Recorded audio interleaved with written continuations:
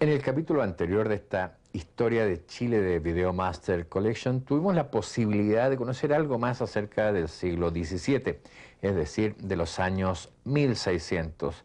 Siglo difícil, siglo de piratas y corsarios, siglo de terremotos, de personajes interesantes como la monja Alférez, la Quintrala.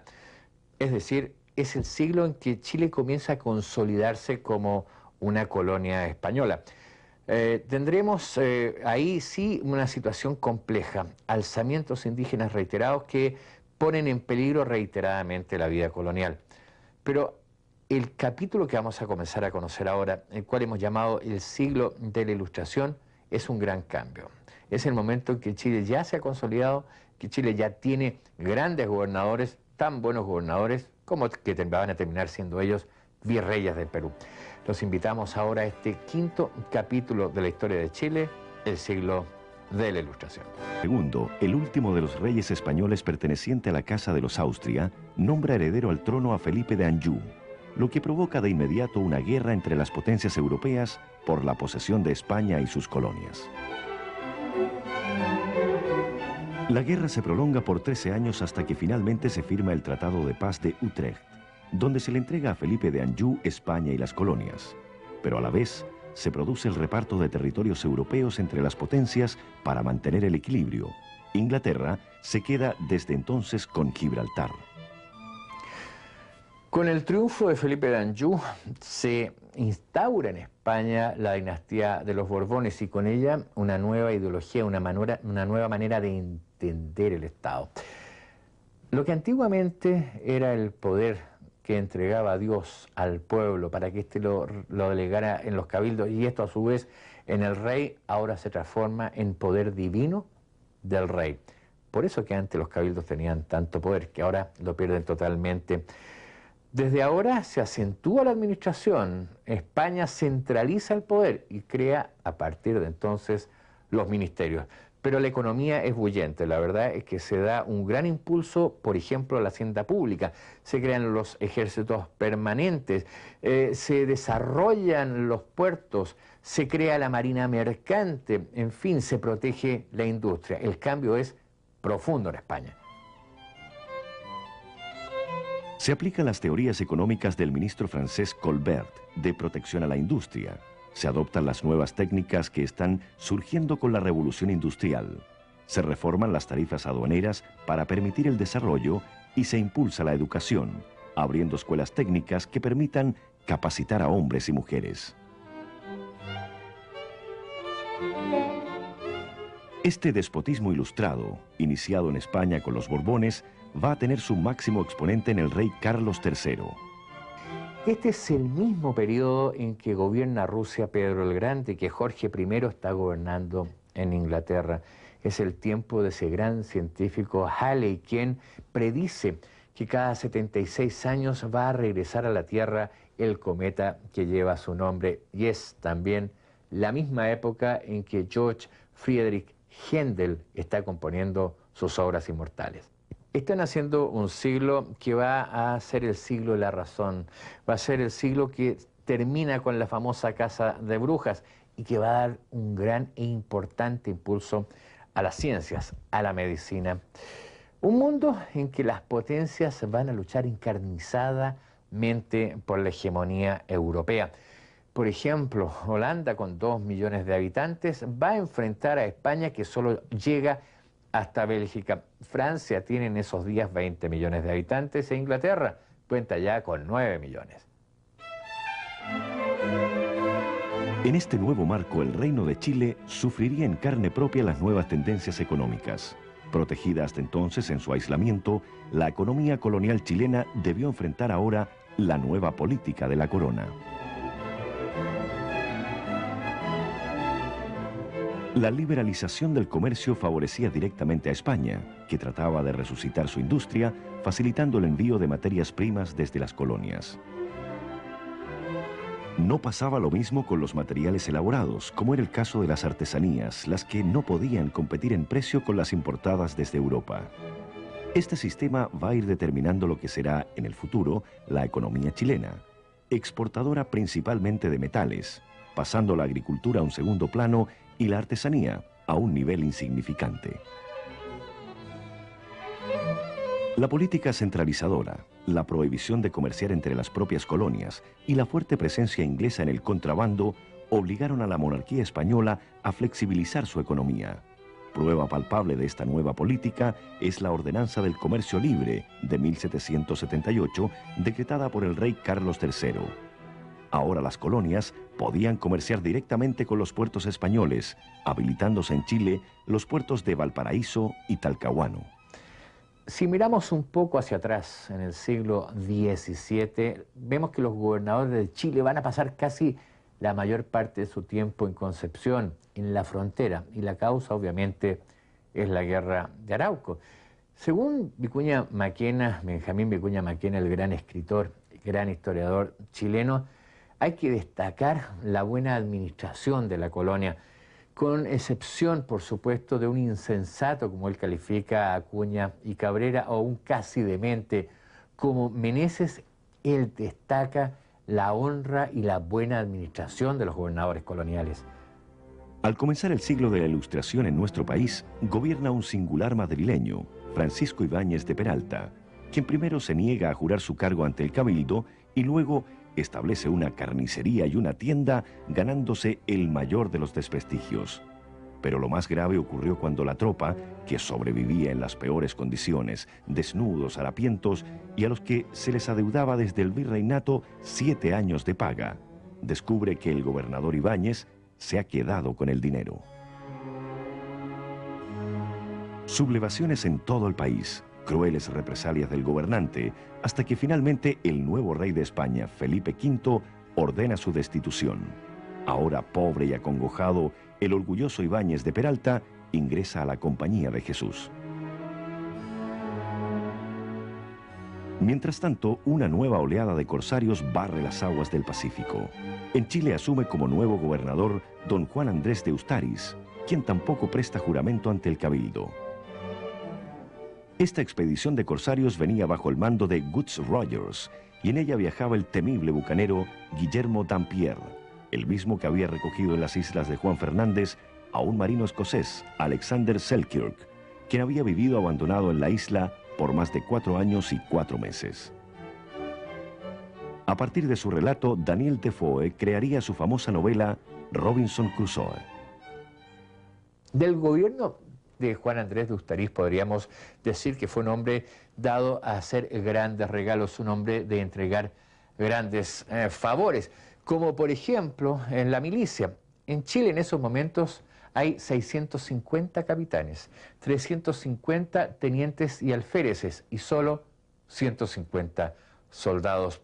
Un hombre que cobraba el 6% de interés a los contrabandistas franceses, hasta que finalmente el rey de España lo va a destituir, siendo sometido, por supuesto, a juicio de residencia. Ustaris va a morir pobre y muy deprimido el año de 1718. Pero por suerte los aires renovados de la Ilustración llegaron a tan apartado rincón bajo la mano de don Gabriel Cano y Aponte. Valeroso, galante, desprendido y seductor, su recuerdo perduró por más de medio siglo en las tertulias coloniales. Pero la relativa calma en las fronteras del sur comenzaba a quebrarse. Los llamados capitanes de amigos, pomposo nombre con que se designaba a quienes debían vigilar y mantener en orden a las tribus, ejercían un poder casi sin límites. Uno de los más odiados, un tal Pascual Delgado, fue asesinado por los indios. Puesto el país en estado de alarma, partió el gallardo gobernador hacia el sur, pero su buen talante y su deseo de paz logró restablecer las buenas relaciones en el Parlamento de Negrete de 1727, creando incluso varias ferias anuales para reunir los productos de mapuches y españoles. Hombre mundano, estimuló en Santiago las corridas de toros, los juegos de cañas, de sortijas y muy especialmente las carreras de caballos. Pero así también se preocupó de prevenir los incendios, de crear una policía de aseo para la sucia ciudad y un cementerio para los pobres. Pero esta relativa calma se va a ver profundamente conmovida el día 8 de julio de 1730, durante el más crudo de los inviernos. Un terrible terremoto destruía el país desde La Serena hasta Valdivia. Era tan fuerte el movimiento que nadie podía mantenerse incluso de pie. Y el terror duró hasta el mediodía del día siguiente. Todo destruido, casas, iglesias, palacios, chozas. Y en Concepción y Valparaíso se agregó un despiadado maremoto. Solo se registraron 3 muertos, pero la destrucción fue total. Pero Chile tenía un gran gobernador, don Gabriel de Cano y Aponte, y pese a la terrible peste de viruela que afecta a la población, la ciudad logra rápidamente recuperarse y el país ve renacer su economía. Para cerrar este pequeño capítulo de la vida de un gobernador colonial, contemos que don Gabriel de Cano y Aponte era un fanático de los caballos y un buen día, yendo por la calle, decide hacer algunas destrezas con el caballo y lo hace pararse en sus 2 patas traseras, en los cuartos traseros. Cae al suelo y el caballo cae encima de él. Gabriel de Cano y Aponte, gravemente herido, agoniza durante 6 meses y finalmente muere como un mártir para la población chilena. Había que nombrar a un nuevo gobernador y el cabildo se mueve de inmediato para nominar a uno, pero el virrey del Perú nombra a don Manuel de Salamanca como gobernador interino, que lo va a hacer en forma muy breve pero muy brillante hasta la llegada del primero de los grandes. Nos referimos a don José Antonio Manso de Velasco. Con este personaje se inicia la era de los grandes gobernadores coloniales.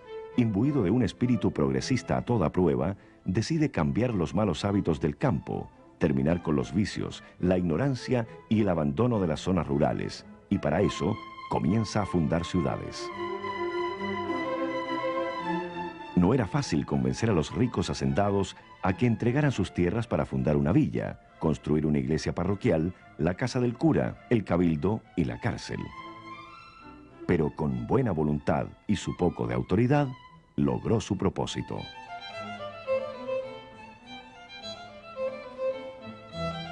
Y así, en el mapa chileno comenzaron a aparecer nuevos nombres. La villa de San Felipe el Real, 1740.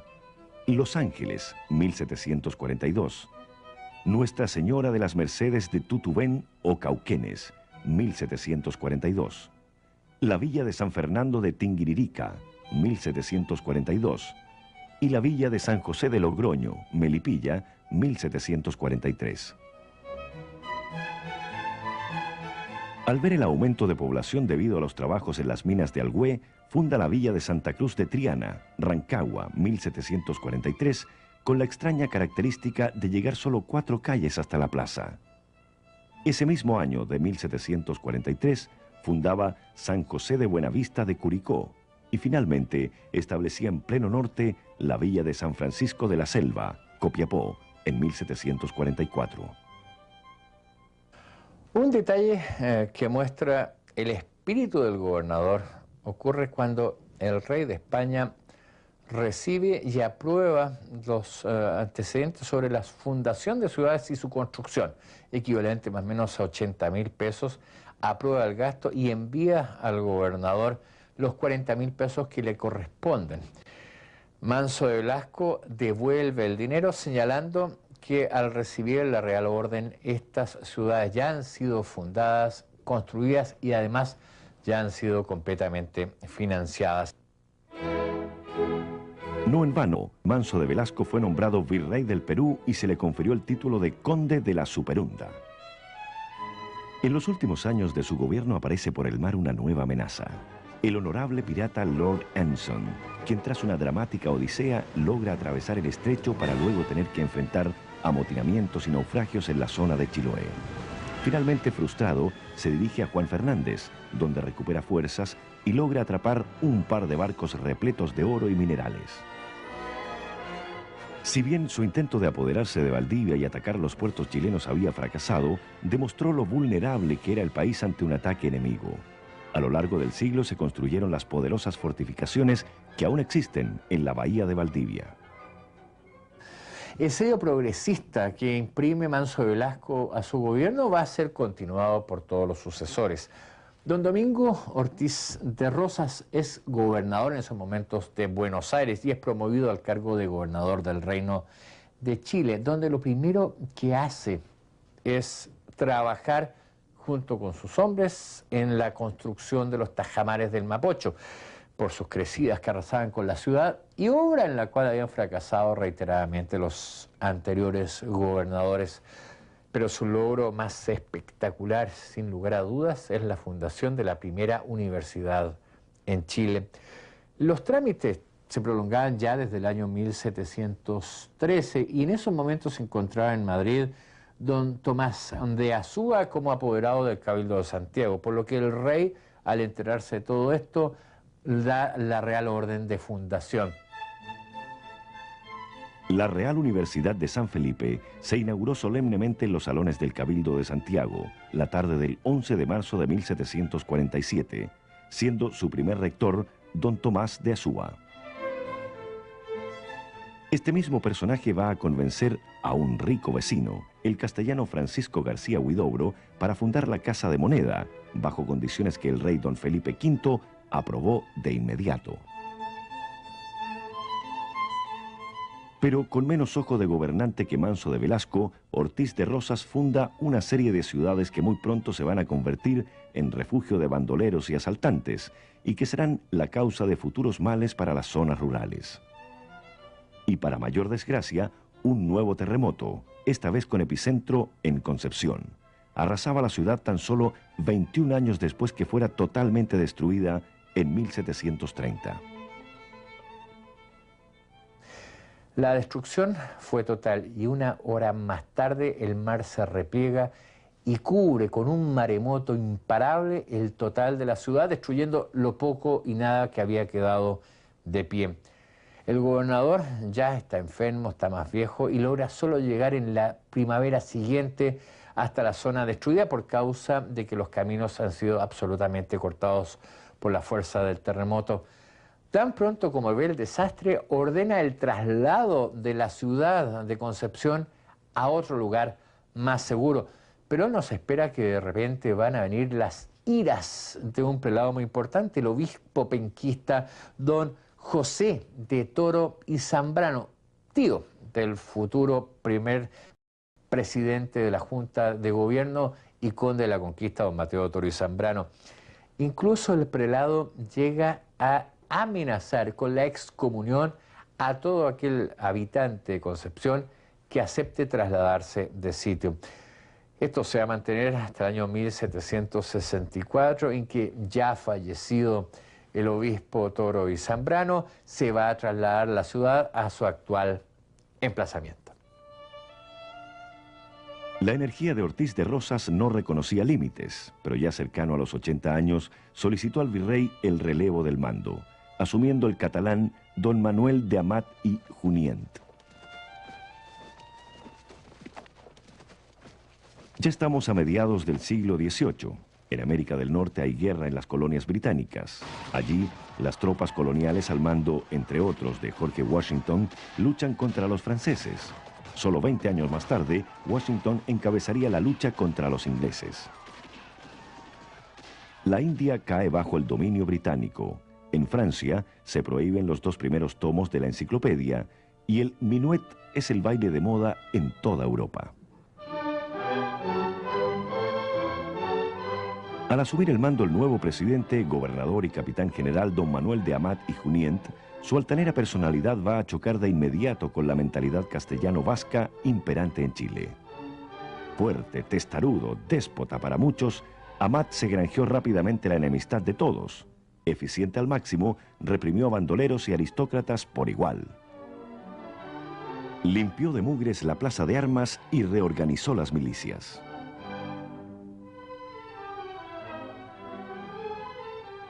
Al igual que sus predecesores, convocó a parlamentos en la frontera y Santiago con los mapuches para mantener la paz. Y tras una rápida visita al sur, organizó nuevos pueblos y villas para consolidar la presencia española en la zona. En Santiago, la horca tiene una actividad permanente.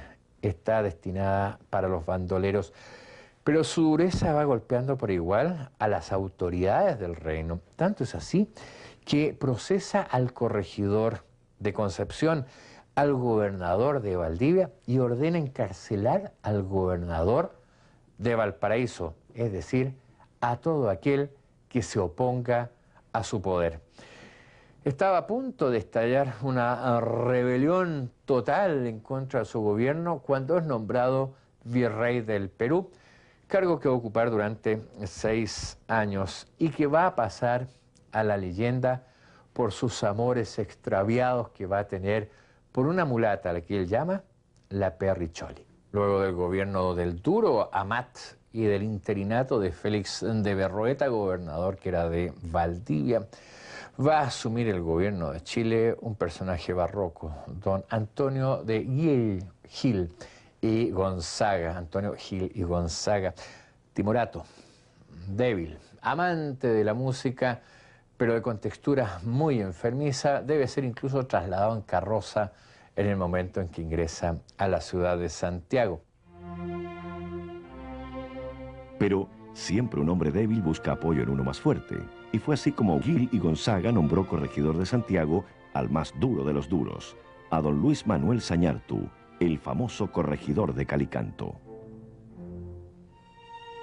El país atravesaba uno de sus peores momentos de delincuencia. Los crímenes más atroces quedaban impunes, tanto que el Cabildo proponía a la Real Audiencia marcar con hierro al delincuente que reincidía y ahorcar al que lo hacía por tercera vez. El corregidor Zañartu, práctico por esencia, comprendió que la gran masa penal tenía que trabajar y desarrolló un vasto plan de obras públicas. Bajo el látigo y en las peores condiciones de esclavitud, los delincuentes fueron levantando un acueducto en la quebrada de Ramón, los nuevos tajamares del Mapocho, y su obra cumbre, el puente de Calicanto. Este solo trabajo, iniciado en 1765, le tomaría casi el total de su tiempo y vida.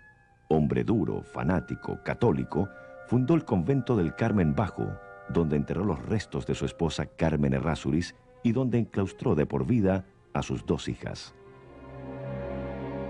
Zañartu trabajó incansablemente bajo el mando de 4 gobernantes. Finalmente, en febrero de 1782, entregaba el puente terminado y fallecía 2 meses más tarde. Cosas del destino. Un año más tarde, una violenta crecida del río Mapocho arrasaba con el convento, mientras las moles de ladrillo de los tajamares aplastaban la tumba del corregidor.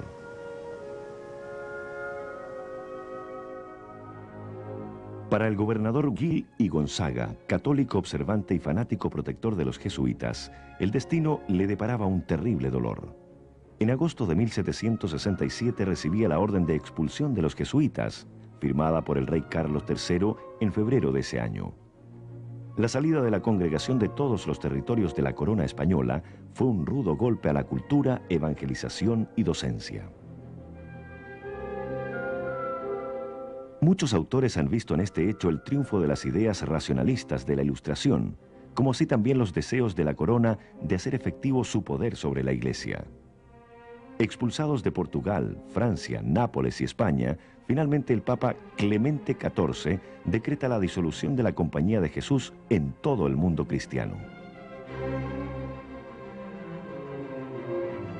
En Chile fueron expulsados en el más absoluto de los secretos, como lo mandaba el rey, un total de 352 jesuitas, los que fueron deportados a Italia.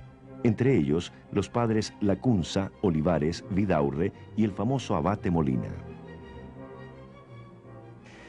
El gobernador Gil y Gonzaga, destruido física y moralmente por esto, fallecía tras un segundo ataque de parálisis solo un año más tarde. Dejó el recuerdo de un hombre muy bondadoso y un detalle que vale la pena conocer. Entregaba mensualmente 2/3 de su sueldo a los pobres. A la muerte de Gil y Gonzaga, asume el gobierno de Chile en forma interina el oidor decano de la Real Audiencia, don Juan de Balmaceda y Cenzano, quien de inmediato va a enfrentar un fuerte alzamiento indígena. Primero va a remitir al sur una expedición integrada por todos los criminales que se encuentran en esos momentos detenidos en las cárceles. La verdad que esta expedición se transformó en una verdadera carnicería en medio de la población indígena. Conocía esta información en Santiago, de inmediato parte del propio gobernador a cargo de una nueva expedición. Más que la fuerza militar de esta segunda expedición, la necesidad de recoger las cosechas obligó a los mapuches a detener la campaña. En esos mismos momentos se recibía la noticia de la llegada de un nuevo gobernador nombrado por nuestro conocido Amat Illuñet. Él era el brigadier don Francisco Morales y Castejón Arroyo. Balmaceda regresa a Santiago y reasume como oidor de la Real Audiencia. La economía chilena se basa en el siglo XVIII en las exportaciones de trigo, convirtiéndose nuestro país en el granero del Perú, a raíz del gran terremoto que afectó a ese país y la aparición del tizón o polvo negro que esterilizó gran parte de los fértiles valles peruanos. Las grandes haciendas explotadas eficientemente por los jesuitas fueron traspasadas a la aristocracia castellano-vasca, que las remató generando un fuerte retroceso en la agricultura. En general, el cierre del siglo XVIII va a mostrar un creciente estancamiento comparado con los inicios del mismo periodo. Las pequeñas industrias apenas pueden sobrevivir con la aplastante competencia extranjera.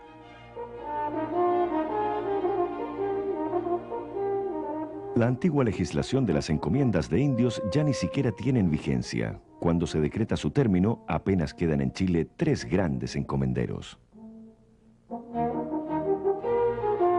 Al finalizar el siglo, los peones, que eran mestizos de indios que trabajaban a cambio de un salario, reemplazaron definitivamente a las encomiendas. Y para completar este cuadro, pensemos que Chile exportaba al Perú trigo, cebo y cobre, e importaba azúcar, tocuyos, bayeta, tabaco y arroz. Al final, un comercio exterior con saldo adverso para Chile de unos 100.000 pesos anuales. De Buenos Aires se importaba la yerba mate paraguaya, frazadas de lana y jabón de Mendoza, más todas las mercaderías europeas que llegaban por el Atlántico. Este panorama recibió al nuevo gobernador nombrado por la corona, don Agustín de Jáuregui y Aldecoa. Hombre de perfil duro, su primer acto fue levantar nuevamente la horca en la Plaza de Armas de Santiago. Hombre de activa carrera militar, llegó a hacerse cargo del Reino de Chile a los 61 años. Una anécdota de esos días. Comprendiendo que someter a los mapuches iba a ser tarea poco menos que imposible, decidió otorgarles el derecho a acreditar embajadores, como si se tratara de un estado reconocido por el rey. Lamentablemente los embajadores que llegaron empezaron a cambiar todas las medallas que recibieron y los dineros que recibieron a cambio de vacas o por un par de reales para comprar un poco de vino. Esta política del indio bueno propulsada por la corona llevó a la creación incluso de centros educacionales para la formación de los hijos de los mapuches. Jáuregui advirtió la existencia de un oscuro irlandés, un hombre pobre, muy hosco, pero que cumplía eficientemente algunas misiones menores en la zona sur del país. Su nombre era Ambrosio Higgins. Tan pronto caló su carácter, lo nombró maestre de campo, iniciando una certera política frente a los indígenas y la más completa reorganización de la frontera. A sugerencias de Higgins, el gobernador Jáuregui creó 2 cuerpos de caballería y un regimiento de infantería en Santiago. Pero indiscutiblemente por lo que Jáuregui ha pasado a la historia es por haber efectuado el primer censo de población del país. Ese año de 1778, Chile contaba con 259.646 habitantes registrados entre Copiapó y el Maule. Al cerrar el siglo XVIII, el obispado de Santiago sumaba alrededor de 450.000 habitantes, algo así de 230.000 para el obispado de Concepción y unos 35.000 para Chiloé. Si a esto unimos los 25.000 negros que había en Chile, más un porcentaje de no escrutados, llegamos a la cifra global de los 800.000 habitantes. Agustín de Jáuregui aplicó, entre otras, 2 nuevas medidas acordadas por la corona: la Ordenanza del Libre Comercio y la segregación de la provincia de Cuyo, que se integra al recién creado Virreinato de La Plata. De esta manera se modificaba el mapa de Chile, quedando su límite norte en el río Loa y su límite oriental corriendo por la cordillera de los Andes hasta alcanzar los ríos Diamante y Quinto, y desde ahí hasta la costa atlántica y al extremo austral. Antes de cerrar su gobierno, Jáuregui tendría otras graves dificultades que vencer. Una crecida del Mapocho que arrasó una vez más con todos los tajamares. Una epidemia llamada Malcito, que se propagó al sur provocando terribles estragos entre los mapuches y la amenaza de una invasión inglesa. Finalmente, en julio de 1780, don Agustín de Jáuregui y Aldecoa es nombrado virrey del Perú. Tras él, un brillante gobierno interino del regente don Tomás Álvarez de Acevedo, quien en tan solo 5 meses logró reformar la función de los alcaldes, la creación de una reglamentación de aseo, tabernas y casas de juego, socorro de niños huérfanos y de enfermos. Pero el rey, con esa carencia de información propia de la época, designa al achacoso brigadier don Ambrosio de Benavides. Pero le esperaba una conspiración que se haría famosa. En el año 1764 había llegado a Chile un joven francés, aventurero francés, llamado Antoine Gramusset. Antoine Gramusset intentó primero entrar a las milicias, luego quiso ser sacerdote, fue rechazado, y finalmente se dedicó a la agricultura, pero fue detenido y procesado por haber inventado una máquina de elevar agua que jamás funcionó. Al salir de cárcel, conoció a otro francés, Antoine Bernet. Antoine Bernet era profesor de matemáticas y de latín y tenía un proyecto increíble para su época. Era un fanático seguidor de los enciclopedistas, de los autores franceses. Recordamos no hace mucho que 2 de los primeros tomos de la enciclopedia han sido prohibidos. Seguidor de la idea de estos enciclopedistas, propone en Chile una revolución que finalmente va a permitir reformar a todo el mundo. ¿Qué propone, entre otras cosas? Fíjese, fin de la monarquía y proclamación de la república. El gobierno debería caer en manos de un senado elegido por el pueblo. Abolición total de la esclavitud y final también de la pena de muerte. Repartición de toda la tierra de Chile entre todos los habitantes del país. Y para lograr todo esto, Chile necesitaba fortificar sus puertos y aumentar su ejército. A este proyecto se sumó un chileno aristócrata y de gran influencia, don Antonio de Rojas. Sorprendidos por la autoridad, fueron detenidos en secreto y enviados al Perú. Bernet y Gramusset fueron finalmente deportados a España, muriendo en el naufragio del barco que los llevaba. Así terminó este intento de revolución conocido como la conspiración de los Tres Antonio. Y para cerrar este cúmulo de intranquilidades, el gobierno de don Ambrosio de Benavides tuvo que enfrentar la mayor catástrofe generada por el río Mapocho. El 16 de junio de 1783, un río enloquecido después de sostenidas lluvias, rompió todos sus diques, volteó 14 cuadras de tajamares, bajó violentamente por lo que hoy es la Alameda y arrasó con la ciudad.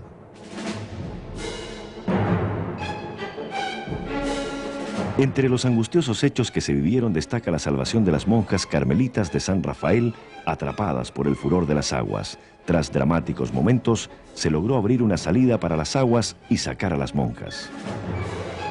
Barrios completos habían desaparecido, pero el gobernador Benavides impulsó de inmediato la construcción de grandes obras, como los edificios de la cárcel y del ayuntamiento en la Plaza de Armas, y el traslado del edificio de la Moneda desde el basural hasta su actual emplazamiento. Finalmente, el 27 de abril del año de 1787, fallece el ya anciano y achacoso Ambrosio de Benavides y va a asumir interinamente el brillante y ya conocido por nosotros regente Álvarez de Acevedo. Va a ser precisamente en esos días cuando ocurra un hecho anecdótico que habla muy bien de aquellos tiempos. De acuerdo a la nueva ordenanza del rey Carlos III de España, Chile fue dividido en 2 intendencias, una intendencia con sede en Santiago y la otra cuya cabeza era Concepción.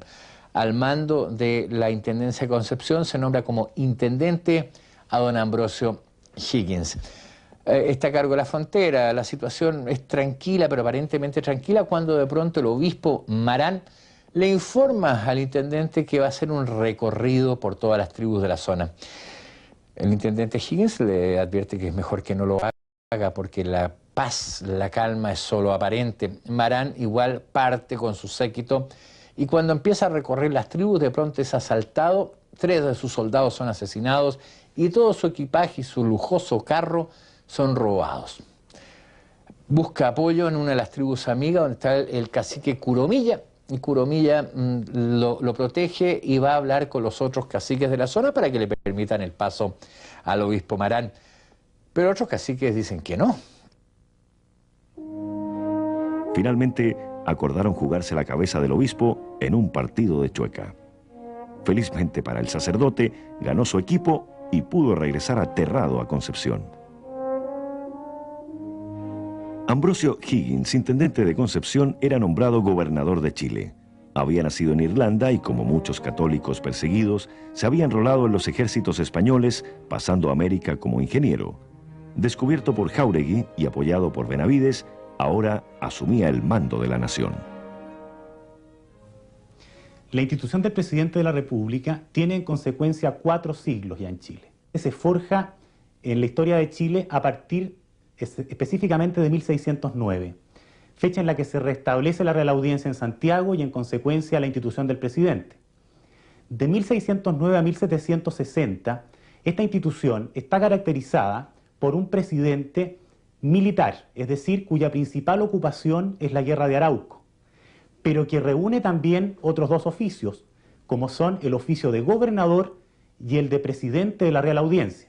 Adquiere más relevancia el de capitán general por la preocupación militar que hizo necesario incluso establecer un ejército permanente en Chile a partir de 1603. En 1760 se marca una segunda etapa en la historia del presidente, donde la influencia de la Ilustración hace que el presidente en Chile, además de ser un simple gobernante que administra justicia, que se preocupa por el respeto del derecho, se preocupe además del adelanto, del mejoramiento de las condiciones de vida de los gobernados, es decir, de lo que denominaban los ilustrados la felicidad pública.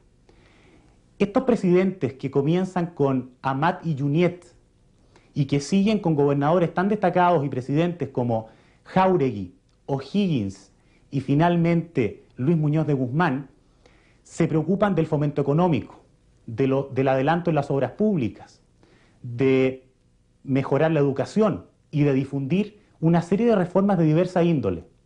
Estos presidentes del siglo XVIII tienen su continuidad en el siglo XIX, porque el ideal ilustrado de gobierno no termina con la independencia, sino que en Chile ocurre todo lo contrario. Este ideal ilustrado de gobierno lo encarnan presidentes como Prieto, Bulnes y Montt, dando estabilidad a Chile hasta 1860, organizando la República y en consecuencia permitiendo a Chile formarse como nación. Quizás sea esto lo más importante del esfuerzo modernizador de toda la historia de Chile. La transformación del presidente militar en un presidente gobernador. Un presidente que, más allá de las simples funciones de un gobernante del siglo XVII, cumple las tareas de progreso que la Ilustración difunde. El profesor Bravo Lira señala que esta última etapa de la historia del presidente en Chile va de 1760 a 1860, es decir, desde Amat y Junyent hasta Manuel Montt. Esta es la clave que explica que la historia tenemos que visualizarla no como partida en 2 etapas contrapuestas entre sí, antes de la independencia y después de la independencia. En realidad, la historia que estamos haciendo hoy día y que se seguirá haciendo en el futuro es aquella que da importancia a las transformaciones de largo alcance, de largo aliento, como por ejemplo la que podemos encontrar en la figura del presidente, institución que nace en el siglo XVI y se proyecta hasta nuestros días. Esta forma de ver la historia nos permite, por último, entender que no todo nace con la independencia y que en realidad no todo lo que nace con la independencia es mejor que lo que necesariamente viene después de ella. Higgins era una personalidad de acero. Se había ablandado solamente allá por los 50 años cuando, siendo comandante de los Dragones de la Frontera y haciendo los tantos recorridos por la zona, conoce a una muchacha del sector de Chillán, Isabel Riquelme, y de su relación surge el embarazo de la muchacha y posteriormente el nacimiento de un hijo, el cual él no va a reconocer, porque lo único que le importa a Higgins en ese momento es ser el mejor funcionario del rey, en ser el mejor comandante de la frontera, ser el mejor intendente de Concepción y ahora el mejor gobernante de Chile. El nuevo gobernador contaba con 68 años, lo que no fue obstáculo para que él, tan pronto como llegaba a Santiago, montara a caballo con una escolta y partiera cabalgando hacia el norte hasta llegar un mes después a La Serena. Él se queda ahí, organiza la ciudad, ve los sistemas de defensa, las milicias, etcétera, etcétera, y continúa su camino hacia el norte, llegando hasta Copiapó. Hace lo mismo, se queda un mes trabajando en la zona y regresa a La Serena, continúa viaje hacia el sur hasta Valparaíso, nombra ciudad a Valparaíso y regresa finalmente a Santiago. Ahora ya conocía lo que le faltaba por conocer de Chile. De inmediato inicia un importante y un vasto trabajo económico. Piensa que hay que desarrollar rápidamente los productos del norte, productos de carácter tropical. Piensa que hay que fomentar el desarrollo de la pesca y de la minería. Dice que hay que nacionalizar todo el comercio del Pacífico, pero la verdad, Ambrosio Higgins se estaba adelantando a su época.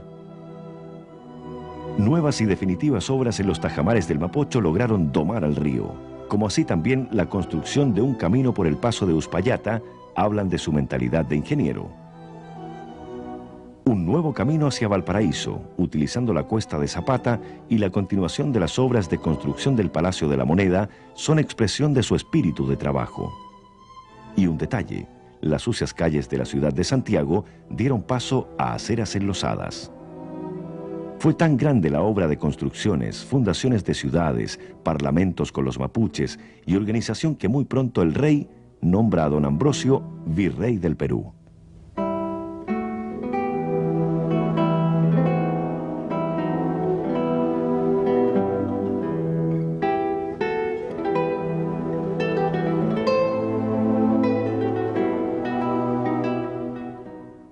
Su hijo, no reconocido, Bernardo Riquelme, que en ese momento se encuentra estudiando en Lima, es mandado a España para que este padre no se tope con este hijo. Difícilmente podría imaginar el viejo irlandés que ese muchacho iba a ser después el padre de la patria de Chile y que iba a ser causa directa de su caída como virrey del Perú. Su sucesor, el marqués de Avilés, llamado don Gabriel, va a gobernar durante 3 años para luego asumir como virrey de Buenos Aires. Le va a seguir el mariscal de campo don Joaquín del Pino Rosas y Negrete, quien dura 2 años y parte a reemplazar en Buenos Aires a Avilés. Luego viene don Francisco Díez de Medina hasta que finalmente es nombrado como gobernador de Chile el marino don Luis Muñoz de Guzmán.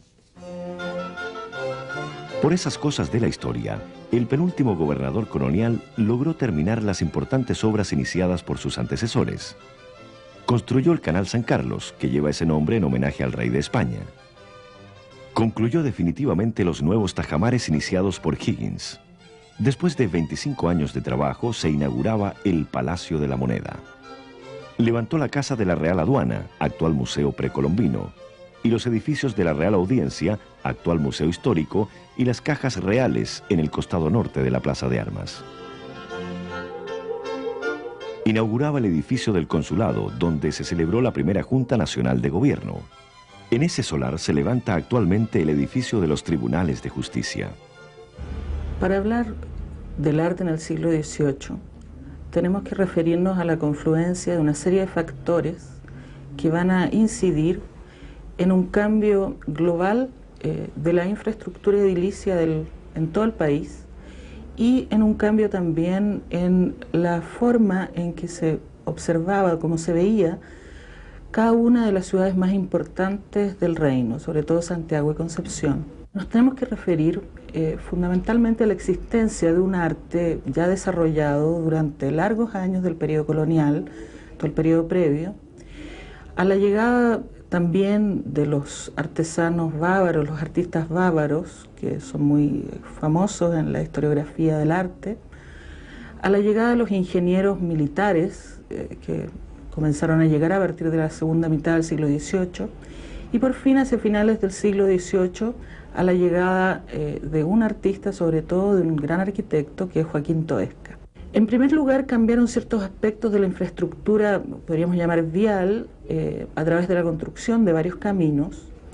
También cambiaron las formas en que estaba diseñada toda la estructura defensiva, se construyeron varios fuertes, se remodelaron otros.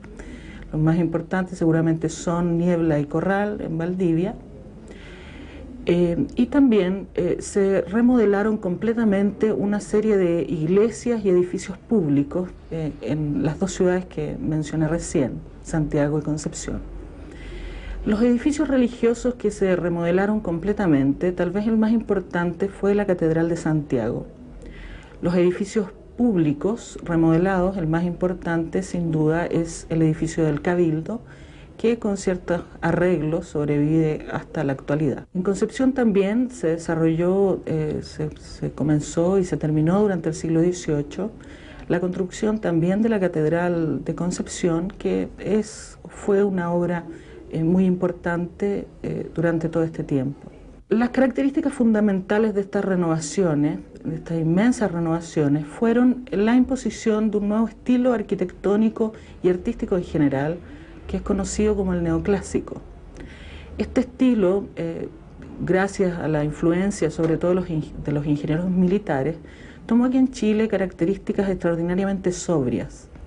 De esa manera, la arquitectura a fines del siglo XVIII en Santiago y en las demás ciudades daba la impresión de una ciudad terriblemente austera, sin grandes decoraciones, rompiendo en gran medida lo que había sido la costumbre anterior, barroca, con una gran cantidad de elementos ornamentales que, podríamos decir, desfiguraban la estructura fundamental de cada uno de estos edificios. Así, por ejemplo, si uno observa el edificio que ha permanecido tal vez más cercano a lo que fue en su concepción original, que es el edificio La Moneda, puede ver uno ahí una forma de estructurar los espacios, los volúmenes, los vanos, muy sistemática, muy organizada y a partir de un concepto que se deriva de toda la tradición grecolatina que existió, que llegó, digamos, con estos arquitectos españoles que se instalaron en Chile. Toda esta arquitectura, desgraciadamente, a partir de fines del siglo XIX, fue completamente remodelada y se le instauró sobre ella, digamos, un estilo que se conoce con el nombre de historicista. Por lo tanto, debajo de una gran cantidad de yeso y pintura, sobreviene hasta hoy día una arquitectura que fue construida fundamentalmente a partir de cantería.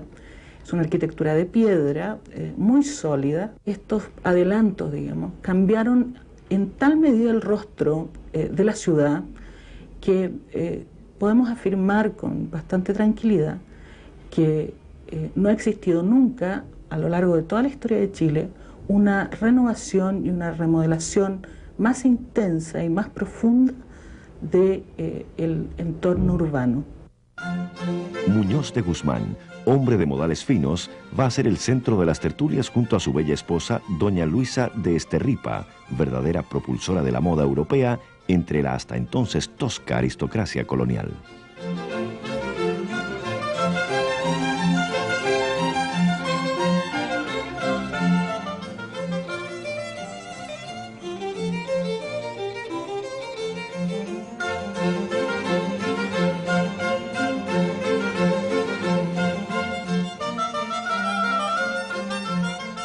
Pero traicionado por esta misma aristocracia criolla, Muñoz de Guzmán, uno de los más capaces gobernantes coloniales, se refugió en su vida privada, falleciendo en 1808. Su sucesor, don Francisco Antonio García Carrasco, brigadier de los ejércitos del rey, asumiría como el último gobernante español en Chile. Y así con él estamos cerrando también el capítulo correspondiente al siglo XVIII y a los grandes gobernantes y a sus grandes obras. En 1810 se está dando vuelta una hoja importante en la historia. Se forma la primera Junta Nacional de Gobierno y se dan los primeros gritos de independencia. Ese será el tema central del sexto capítulo de que estamos desde ya invitándole. Ahí estaremos desde la primera Junta Nacional de Gobierno hasta la muerte de la Patria Vieja en la batalla de Rancagua.